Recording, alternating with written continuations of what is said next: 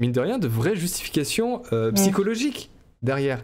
Là, on arrive à Scream 5, où c'est juste un bébé qui est pas content que son film préféré ait été bafoué. Là, t'es en mode, t'es toxique, gars. On peut pas lui donner de justification tangible à ce mec. Hey, salut toi! Tu es sur le point de regarder un extrait issu d'un live Twitch. Si tu veux être sûr de ne pas manquer tout le reste, retrouve le lien en description et rejoins-nous.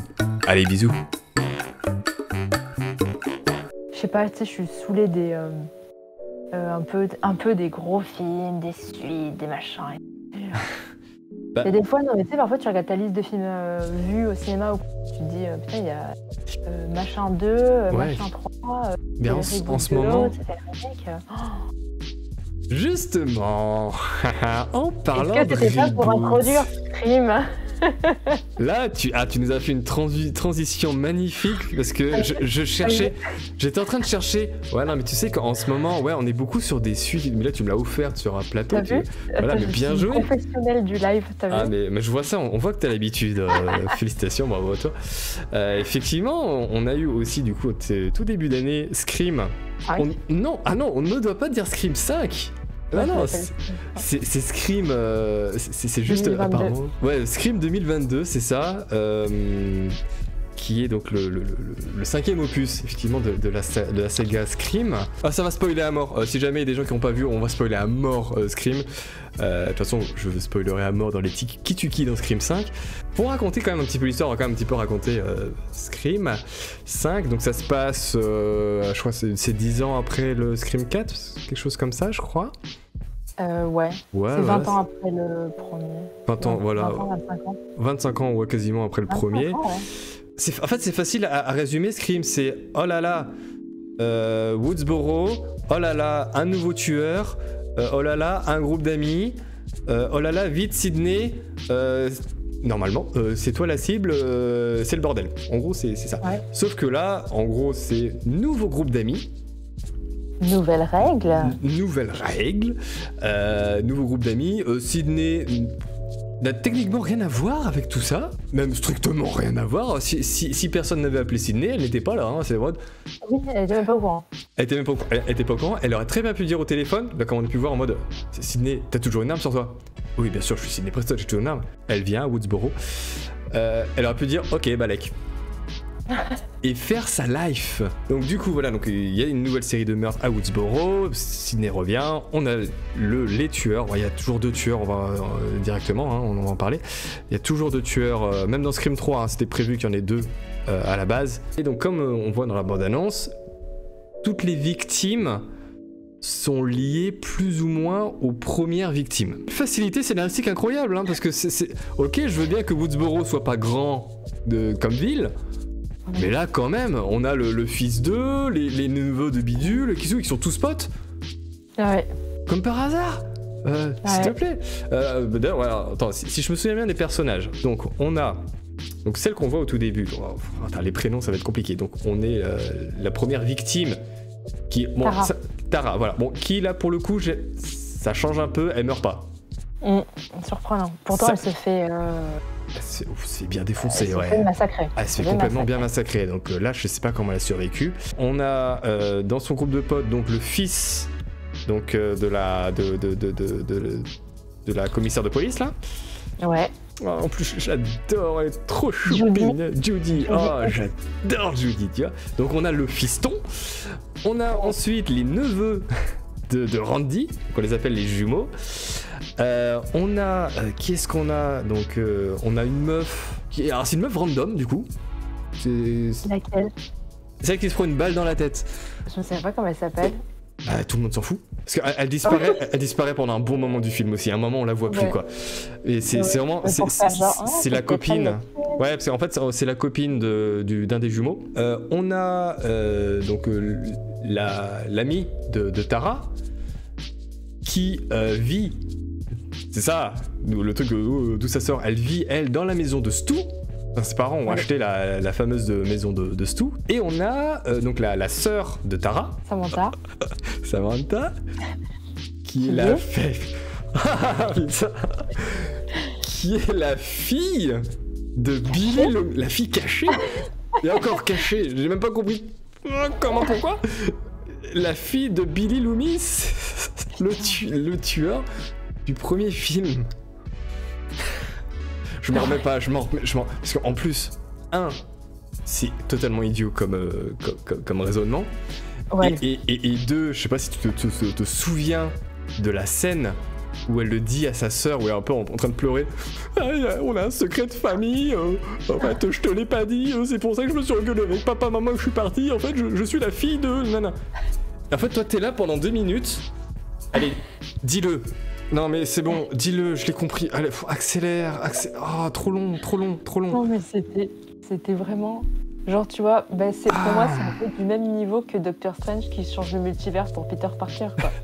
Oui. C'est quoi ce prétexte? C'est quoi ce prétexte? Oui. Et ensuite, en plus, on s'arrête pas là, c'est pas que la fille de Billy Loomis, attention, c'est parce que, oh ben, mon dieu, je suis la fille d'un tueur en série. Je suis schizophrène. Du coup, je suis schizo et je le vois. Hein? Pourquoi? Attention, ce n'est pas Billy Loomis. C'est un gentil Billy Loomis. Ah bah oui. Ce n'est pas n'importe lequel, c'est le Billy Loomis de la raison, c'est celui qui va guider un petit peu le personnage. C'est celui qui t'aide à trouver les objets perdus aussi. Oui, parce que Billy Loomis est capable de voir en dessous les rideaux. Il dit, hé, regarde, il y a le couteau qui est juste là. Non mais cette scène n'avait aucun sens parce qu'en fait, genre c'est le fruit de son imagination. Oui. Mais il l'aide. Alors là, je pense que là, Scream est passé à un autre level. Ça y est, c'est du fantastique maintenant, c'est un film fantastique. Donc bref, voilà, vous comprenez que Scream, on n'est pas fan. En termes de film, donc Scream, comme magnifique transition que tu nous as faite, c'est une suite, hein, clairement c'est une suite qui ne s'assume pas parce que ce n'est pas Scream 5, c'est Scream. Tu sais, dans ma vidéo où je parle de théorie, qu'est-ce qui pourrait se passer dans Scream 5, j'avais évoqué la possibilité de travailler sur le thème du reboot, je crois. C'était ça le reboot, ou le soft reboot, comme on avait eu avec Halloween. Et ben c'est le cas. C'est un soft reboot en fait, plus ou moins. Alors, on n'enlève pas des épisodes, on n'enlève pas des trucs qui sont réellement passés. On utilise des petits éléments par-ci, des petits éléments par-là, clac, clac, clac, et on va te créer ce truc, ce nouveau groupe avec ce nouveau tueur, donc le tueur donc qui est le copain de Sam, où c'est hyper... Comme lui l'avait prévu. Ah oui, il le dit. Attention, ça peut être, souvent c'est le copain. Ah ouais. Et tu le connais depuis longtemps, machin. Ouais, voilà, il y a tellement d'indices. À quel moment tu peux y croire au mec qui a dit « Oh, j'ai jamais vu Stab ». Attends, c'est probablement l'une des sagas horrifiques les plus connues de cet univers-là. Tu connais un minimum Stab, voilà. Alors, tout ça pour parler de la toxicité des fandoms. En gros, c'est ça, et c'est peut-être ça qui est un petit peu dérangeant, en fait, dans Scream, c'est que Scream, ok, se veut être un film méta qui te parle de cinéma. On parle de film, on parle de genre. Là, tu nous parles d'un truc à côté. C'est ça le point de tout le film, c'est la toxicité finalement des fans qui n'ont pas accepté le Stab 8. 8 réalisé par Rian Johnson. Est-ce que le film n'est pas juste en train de dire Star Wars The Last Jedi est une grosse merde? T'étais pas obligé. Ouais, non mais ça m'a beaucoup fait rire ça aussi. Ouais, alors, quand t'as la ref, tu fais... Ouais. Arrêtez-vous là, parce que je crois qu'ils reviennent un petit peu plusieurs fois dessus, tu vois. Mais là, en gros, le film, c'est ça, c'est... oui, bonjour, on n'est pas content de ce qui a été fait pour Stab 8. Du coup, on va commettre des meurtres pour que Stab 9 s'inspire de notre histoire à nous. Voilà. Et reboot l'univers. Et reboot l'univers. Ok, donc déjà, le mobile du mec est complètement pété, et le mobile de l'autre qui habite dans la maison de Stu, c'est que elle habite dans la maison de Stu. Ah, mais mes parents ont acheté la maison, j'ai trouvé ça tellement fascinant, j'ai lu des trucs sur lui, je le trouve incroyable. Tu sais que je m'en souvenais même plus. Et ouais, et c'était ça, c'est juste parce que c'est... Et en plus, alors, je sais pas si du coup tu te souviens surtout de la révélation que c'est la maison de Stu. Dans le film, ils nous ont fait un petit peu le délire c'est Sydney qui est au téléphone, parce qu'elle a tracé le téléphone de Sam, tu vois. Ils sont au téléphone pour dire Nana, t'es où? Elle lui dit va-t'en, il faut que tu t'en ailles. Pourquoi? Qu'est-ce qui se passe? Où est-ce que je suis? Et là, il y a l'espèce de plan qui va en arrière, qui te révèle que c'est la maison de Stu. Parce que tu vois sur la carte aussi, ça a l'air d'être une maison isolée sur la carte du portable. Sauf que ça fait 5-6 minutes qu'ils sont déjà dans la maison à se balader de pièce en pièce, et toi qui connais l'univers Scream, t'es là, tu fais Bah ils sont chez Stu en fait. T'as la révélation derrière, tu fais non mais je le savais. Bah, Hein. on savait. Bah oui. Arrête. Non mais c'est clair, quand il rentre dans la maison et que j'ai vu, tu sais, genre le grand escalier à gauche, Ouais. avec, tu sais, genre les 2 portes à droite, tu fais, bah c'est la maison. Voilà, de Stu. porte, escalier, et même il passe dans le salon où le canapé est exactement à la même place et t'as exactement le même plan. Tu fais ce plan, je le connais, je l'ai forcément vu quoi. Donc pour un film qui se veut par les fans, pour les fans, bah arrête de me prendre pour un con. En fait, ne fais pas une révélation aussi. C'est limite, ils te sortent tout l'attirail en mode c'est la maison de Stu. Ouais. Et je le savais. C'est vrai que j'ai trouvé que cet effet-là, il tombait vraiment à plat. Totalement à plat. Totalement. Surtout qu'en plus, voilà, t'es quand même depuis un certain temps dans la fête, tu vois plusieurs pièces, tu les reconnais bien, quoi, tu vois. Bah ouais. Ah oui. Ils ont même pas fait l'effort de changer la déco des murs. Hein, Oui, c'est exactement, elle est exactement pareille. Donc, oui, c'est vrai. Quand la révélation arrive, tu fais ok. Mais là, t'as 0 indice sur elle. Vraiment, rien du tout. Ça sort comme ça. Ah, au fait, mes parents ont acheté la maison. La révélation de fin, puis alors qu'est-ce que je l'ai trouvée verbeuse, tu sais. Ils étaient là à raconter leur vie, machin. Ouais, très. C'est bon, j'en finissez-en, tu sais. C'est bon, Surtout, ouais. En plus, c'était tellement long que ça fait carrément retomber la tension, alors que je trouve que justement, les scènes de révélation, à chaque fois dans Scream, t'as toutes les pièces du puzzle qui se mettent en place, t'as le tueur qui vient se justifier, qui vient pourquoi il a fait ça et tout, tu vois. Donc, je trouve qu'à chaque fois, c'est hyper haletant, tu vois, même si tu sais toujours que tes héros vont s'en sortir, etc. Tu vois, t'as toujours ce petit moment où tu dis, bon... Je me serais appuyée comme ça au comptoir, c'est pour les écouter parler en mode, ouais, ok. Raconte ta life et tout. La raison aussi pour laquelle ils le font, en fait, parce que c'est juste un besoin de célébrité aussi, mine de rien. Ouais. Qui est exactement le même mobile, enfin la même raison que Jill dans l'épisode 4. C'est exact. Alors que en fait dans les 2 autres, enfin dans les 3 autres films, chacun avait un truc différent. Billy Loomis, bon c'était de la vengeance par rapport du fait que sa mère a quitté son père. Stu, bon c'est parce que Stu il s'emmerde dans sa vie, hein. Il a besoin d'un petit peu d'adrénaline, on va dire. Il voulait le faire. Dans le 2. On a Madame Loomis, toujours pas de prénom, qui elle, bah du coup, veut venger la mort. Billy. La mort de son. Alors, ok, c'est encore de la vengeance, mais c'est pas la même vengeance. Là, c'est une mère qui a perdu son fils. Son fils, c'est son fils en fait. Même si c'est un tueur qui a utilisé telle ou telle raison pour tuer, c'est son fils. C'est l'amour maternel, tu vois, c'est vraiment une question d'amour maternel. Et puis aussi, je trouve que du coup, Madame Loomis, elle se vengeait aussi pour se dédouaner du fait que son fils soit devenu un zinzin à cause d'elle, tu vois. Oui. Tu vois, en rejetant la faute sur la mère de Sidney, tu vois, il y avait, je trouvais qu'il y avait aussi ce côté-là, tu vois, où elle se dédouanait un petit peu, quoi. Voilà. Comme je le disais aussi dans la vidéo, donc Mickey, lui, c'est juste un psychopathe. Alors du coup, tu vois, c'est comme Stu, c'est un peu le truc, mais c'est que lui, c'est vraiment le côté. Tu vois, pour moi, celui qui est le plus malade des deux, c'est pas Stu. Et Mickey, il y a aussi ce petit côté. Il parle de cinéma, ils ont beaucoup parlé de suite et tout, donc étant pas bien dans sa tête, ça a entraîné quand même beaucoup de choses à l'intérieur. Donc son mobile à lui est quand même très très très intéressant. Et ensuite dans le 3, ok, on peut dire tout ce qu'on veut du 3, mais finalement le mobile à la fin, toujours ok, vengeance, parce que Scream c'est une histoire de vengeance surtout. Oui. Mais c'est un enfant qui a été abandonné par sa famille tout entière, enfin par sa mère qui n'a pas dit qu'elle avait un autre fils ailleurs.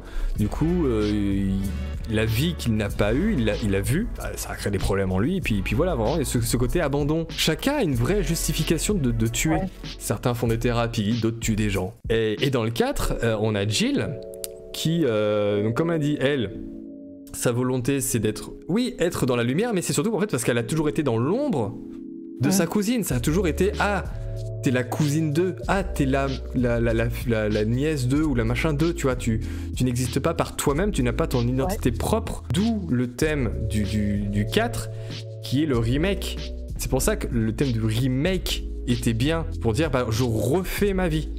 Je recommence, je refais, mais je dois éliminer Sidney, tu vois. Et là, c'était hyper intéressant. Et Charlie, c'est un mec amoureux. Ouais. L'amour peut... et la manipulation d'ailleurs, c'est bien fait manipuler le pauvre canard. Mine de rien, de vraies justifications psychologiques derrière. Là, on arrive à Scream 5, où c'est juste un bébé qui est pas content que son film préféré ait été bafoué. Là, t'es en mode, t'es toxique, gars. On peut pas lui donner de justification tangible à ce mec. On peut pas se mettre de son côté. Je dirais que tous les autres, il y a... Faut être un peu con, mais on peut se mettre un petit peu de... On peut comprendre certaines choses. Oui. Voilà, quand tu peux analyser, il y a vraiment une véritable profondeur dans leur motif. Alors que non, le gars, c'est juste un bébé son film a été salopé et il a... C'est sa meuf, hein, j'ai l'impression aussi. Hein, donc, oui, c'est ça. Oui. Moi, je l'ai pas compris aussi au début quand ils interagissent ensemble. Je me suis dit, putain, mais en fait, ils sortent ensemble. Mais depuis 6 mois, il sort avec l'autre, quoi, tu vois. Ouais, mais en plus, il trompe sa meuf, super. Je trouvais que le couple n'était pas hyper crédible non plus. Mais d'ailleurs, je me souviens plus, il explique qu'il sait que Sam, c'est la fille de Billy. Je me souviens même plus. Ah oui, il dit qu'il le sait. Ouais, à un moment, je crois. Je sais plus pourquoi. Je sais pas d'où ça sort. Mais je sais pas comment. Ouais, je sais plus non plus. C'est... tu vois, on s'en fout, il y a des trucs, ça... Et il y a le neveu de Stu aussi dans Scream 5. Celui qui se fait tuer sur le parking, là. Son personnage n'a aucun intérêt, aucun sens. Strictement aucun sens. À la limite, si on l'avait laissé vivre plus longtemps, on aurait pu dire, ouais, peut-être que c'est lui le tueur, etc. Surtout qu'on... Mais en fait, pas du tout, quoi. L'information de son lien avec Stu, on nous le balance comme ça. Ah, au fait, c'était le neveu de Stu. Hein oui, c'est ça. C'est le fils de sa sœur. Ah, d'accord. C'est très étrange tout ça. Je comprends pas.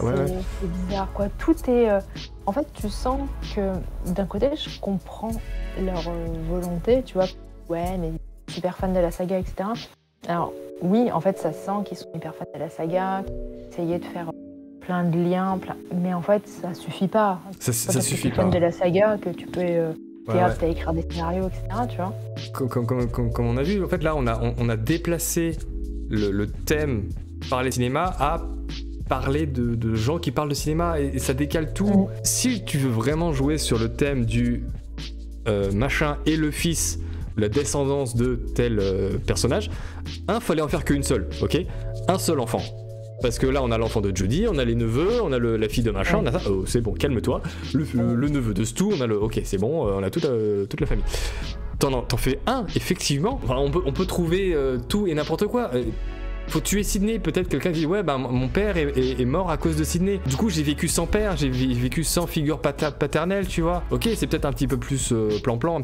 On demande pas beaucoup plus à Scream. En même temps, j'ai envie de te dire la fille cachée de Billy. Ouais, la fille cachée de. Hyper. Là, c'est encore plus sorti d'un chapeau magique, quoi. De balle, tu vois, ça fait vraiment. Film d'horreur hyper cliché. C'est le même ressort que tu croyais que j'étais mort, mais en fait, je suis pas mort, et puis en fait, je suis la fille cachée. Mais moi, franchement, le premier passage avec le fantôme de Billy, je me suis dit, c'est une blague ou pas? Est-ce qu'on est vraiment en train de faire ça dans Scream? Ouais. Pourtant, tu vois, la scène de début m'a bien hypée. Tu vois, parce que je trouvais que dans la scène du début, je trouvais qu'il s'adressait bien aux fans de la première heure du premier. Tu vois, quand Tara, elle dit qu'elle regarde des films d'horreur parce que sa mère, elle aimait les films d'horreur et que du coup, elle l'a initié, etc.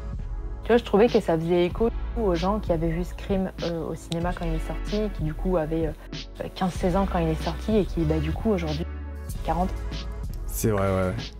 Au début, je me suis dit, au début, ça me faisait plaisir. Mais oui, t'as ce truc, effectivement, le tout début du film, ou même quand elle te cite quel est ton film d'horreur préféré, elle cite Mr. Babadook, et en plus, elle t'explique pourquoi, en disant, oui, maintenant, les films d'horreur, c'est plus ça, les films d'horreur, effectivement, il y a aussi le message qu'il peut y avoir derrière. C'est hyper intéressant de l'attaquer de cette manière. Et en fait là on a juste l'impression de se dire bah non, les films d'horreur c'est surtout du sang et on trucide des gens. C'est ça ton problème, mec?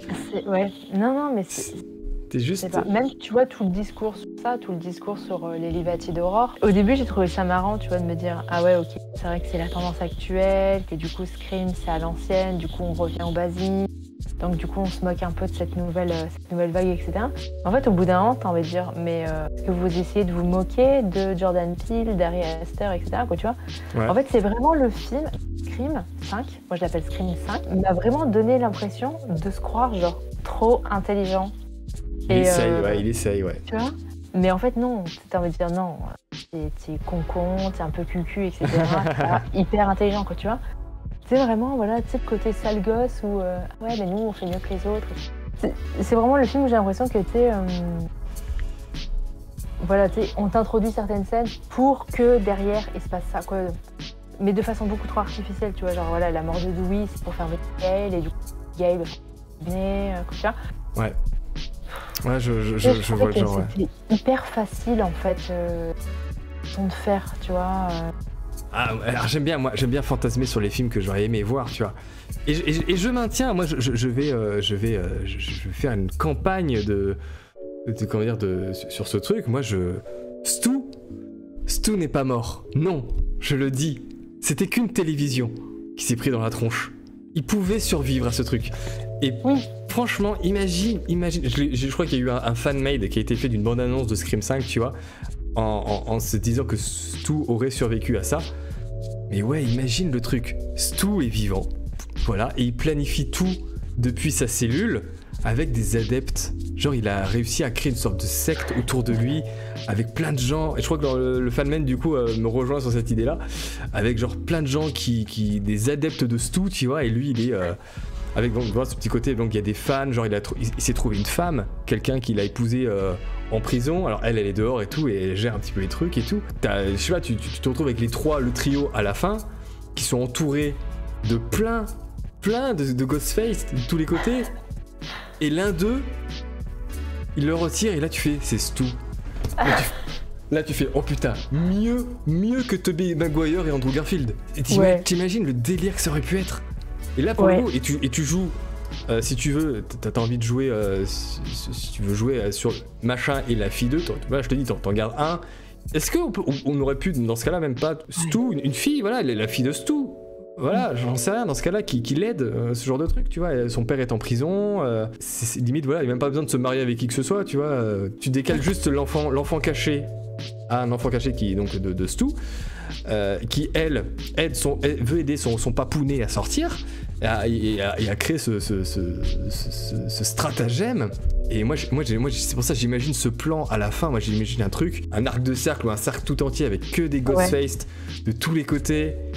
Là t'en as une qui l'enlève et là tu fais oh, en fait c'était elle, du coup, avec des indices qui montrent que parmi le groupe d'amis c'était elle. Et là un autre enlève son masque, il dit oh là là, on va nous révéler le deuxième tueur du groupe. Et là c'est Stu.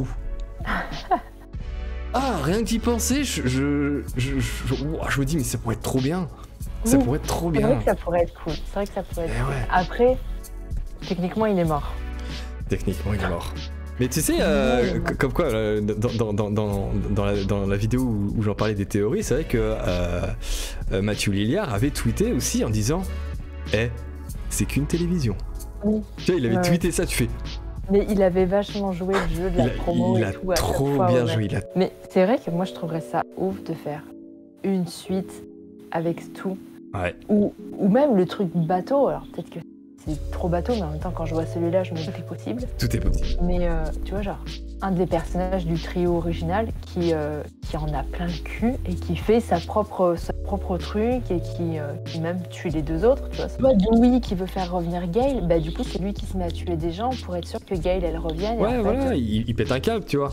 Voilà, ça aurait été pareil que la fille cachée de Billy Loomis et l'autre.